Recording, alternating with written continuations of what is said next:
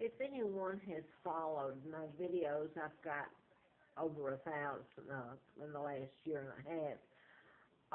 I told about writing about mind control murders. I had worked for doctors back in '76, and Larry Flint was shot in Lawrenceville, Georgia, and he was one of the ones that was shot by a person programmed to shoot him and kill his attorney.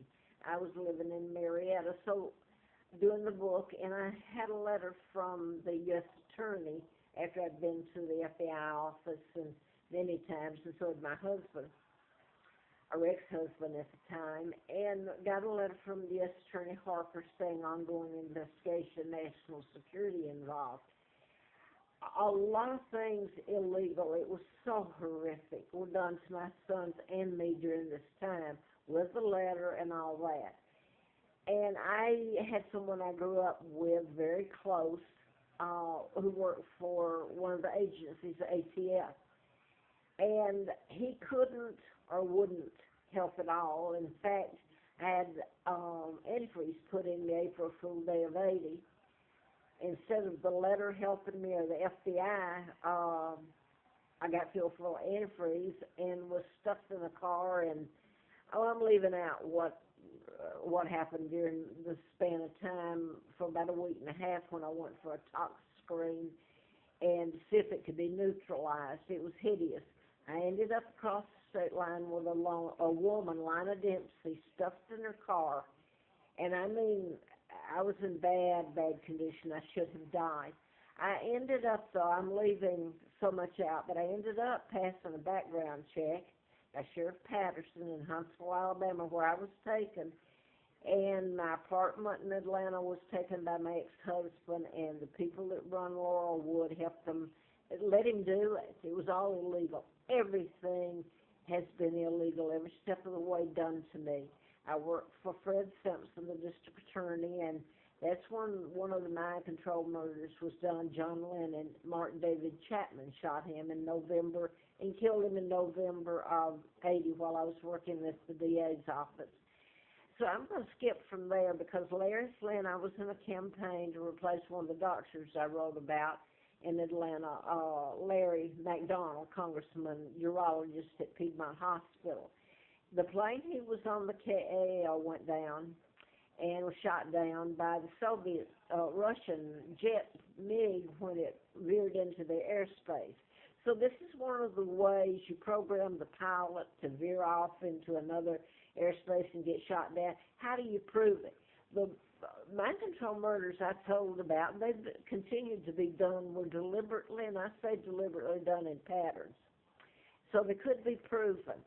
But I'm going to leave that out. I've put up Larry Flynn's endorsement he did where he said that I knew who was responsible for his killing. And I found out, and he said they made a pauper out of me. And I was out there twice in October of '83 during the campaign. The last time I saw Mr. Flint, he said to me, well, I was out there. He'd invited me out there the second time.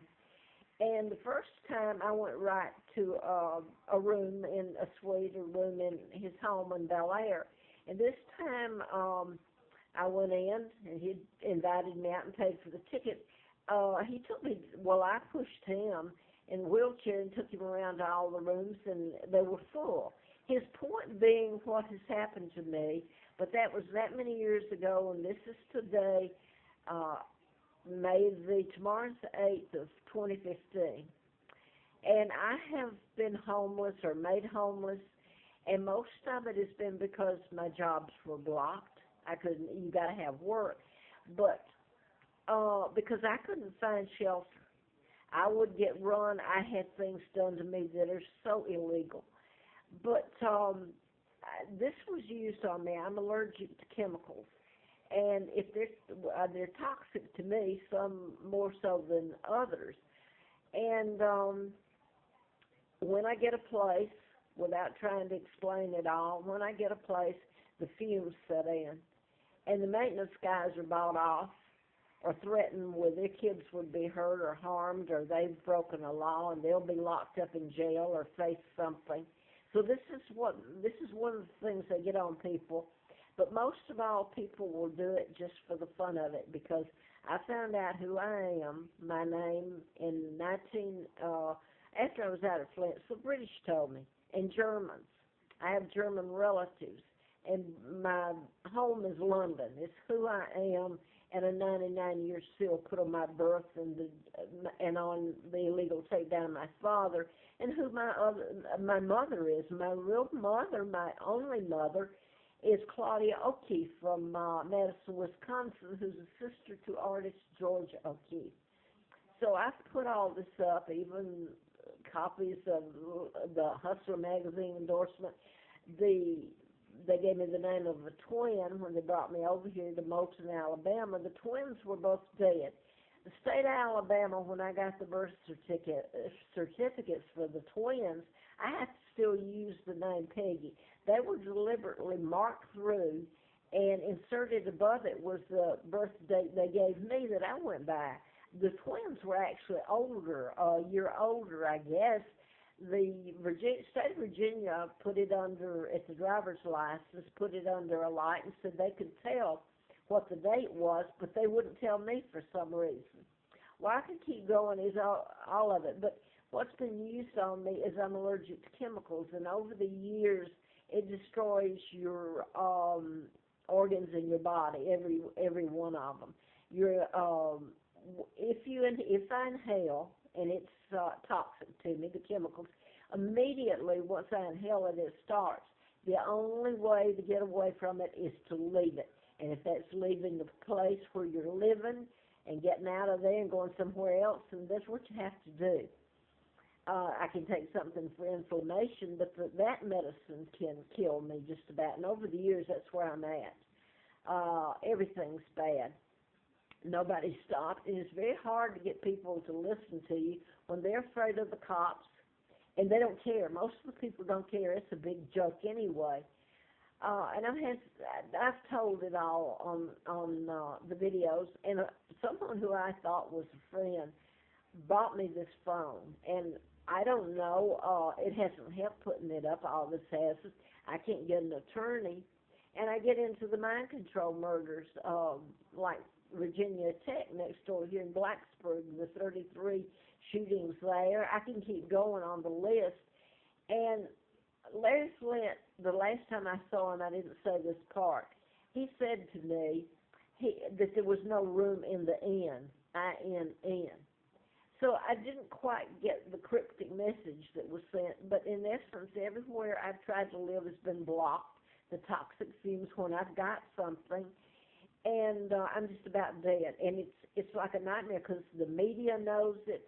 They know who I am, my real name. They know what's being done to me. They will not touch it. They're all afraid of it, and they don't care, quite frankly.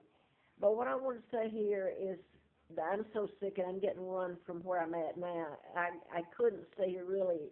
I'm kept almost penniless, so I can't afford it. But the point is, I'm run from place to place, and I have to get a cab to take me from here to here. And if that sounds bizarre to you, let me clue you in. You should hear it all. Edward Snowden only touched the tip of the iceberg on the whole mess. So I want to say this today, though. I went out to try to get a few groceries, and I went next door because I may have to go camp, and I just got run from camping, so I'll go ahead and tell it. This is on National Force, which is national involved. You have to know who I am and what they're doing to me, and it's so hideous, and they've gotten away with it, how they've used it. And anyway, formaldehyde was burned out. They soaked the wood. And over the years, that's gotten me. Nobody will stop it. Well, I went out there a few weeks ago. I had to. And the same thing was done, and I came back in just about dead. So I'm going to say this, and I'm going to have to leave here because I can't afford it, and the same thing's happening here. But I went out today just to show you. I should be able to live anywhere. I got on a brand new bus, the Metro, or not Metro, it's the van for the elderly. And, you know, if anything's going to make me sick, all these things should. It's the deliberate soaking me with toxic fumes where I live that's killing me and making my life a living hell. And nobody will touch it.